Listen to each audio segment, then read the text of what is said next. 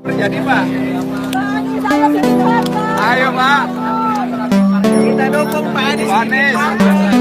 Pak Anies bikin partai Pak. Partai, Pak. Pak bikin partai Pak. Pak bikin partai Pak. Pak bikin partai Pak. Hai guys, saya beritahukan ya, Bapak Anies itu bukan cagup sekarang ya, bukan calon, bukan pejabat, bukan kepala lah, bukan pemimpin lah. Tapi mereka bersepeda di CFD kawan ya, mereka itu dikerubuti orang-orang itu. Itu bukan para buzzer, itu warga yang kebetulan ada di sana. Dan orang-orang di sana itu banyak yang mengajak foto, selfie, bersalaman, gitu. Dan yang banyak juga ya, ini yang aneh ini ya, disuruh Pak buat partai baru, bikin partai baru, bikin partai. Itu menandakan bahwasannya Bapak Anies itu, partainya Bapak Anies itu ditunggu warga Indonesia. Ya sebagian sih, kecuali mereka-mereka itu para pendukung-pendukung bansos. Ini bukan pejabat lah ya dikerubuti gitu ya. Pembuatan partai Bapak Anies itu bukan tidak memenuhi kendala ya, bahkan ada juga yang teman-temannya itu yang nyinyir, katanya itu bahwasanya ada teman saya, mereka bilang ya, ada teman saya mau bikin partai. Tujuannya biar supaya dipanggil Pak Ketum katanya. Enggak gitu. Bapak Anies tujuannya membuat partai adalah ingin mewadahi aspirasi perubahan, ingin mewadahi fans-fansnya, ingin mewadahi para pendukungnya. Itulah tujuan Bapak Anies. Itu. Perkara tidak jadi presiden ya terserah. Bahkan ada yang bilang ya, partai PKS, mereka bilang tidak gampang membuat partai, mengurus partai katanya.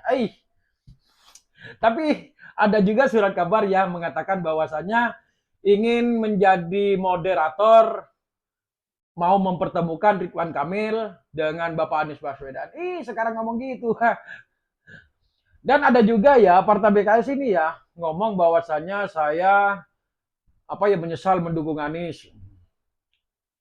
PKS besar bukan karena suatu tokoh katanya. Hei Bung, suara Anda itu 2014 itu down di bawah kawan. Anda bisa cek berada di bawah. 2017 Anda itu mendukung Anies. Dan 2019 barulah pemilu waktu itu Anda menang. Suaranya melonjak secara signifikan. Tapi ingat ya, bukan Anda karena mendukung Prabowo waktu itu. Karena apa? Karena waktu itu Anda berada di oposisi, kawan. Anda berada di oposisi dan sedangkan pilihan sebagian orang Islam, sebagian orang Islam karena partai Anda itu partai dakwah. Dan sebagian orang Islam Ibu banyak yang memilih Anda karena tidak ada pilihan. Waktu itu partai-partai oposisi waktu itu semua naik kawan. Antara lain Gerindra, Demokrat, termasuk Anda PKS. Naik secara signifikan. Termasuk Anda yang lebih tinggi yang naiknya. Waktu itu PKS. Itu bukan Anda itu karena mendukung Pak Prabowo, bukan. Bukan itu.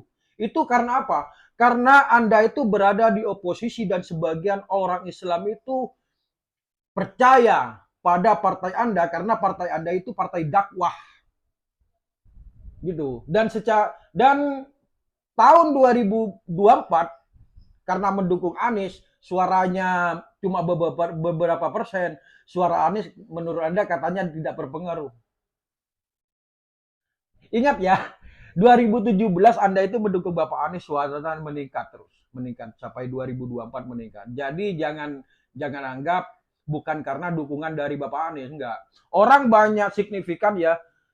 Orang banyak mengatakan bahwasannya saya mendukung PKS karena di situ ada Anies. Saya mendukung PKB di situ karena ada Anies. Saya mendukung Nasdem itu karena ada Anies. Banyak yang berstatement seperti itu. Jadi jangan ngomong saya menyesal dukung Anies, enggak, jangan gitu. Kita tingkat ya. Kita lihat saja ya kawan ya, 2029 apakah PKS ini menjadi gerbong kosong seperti P3.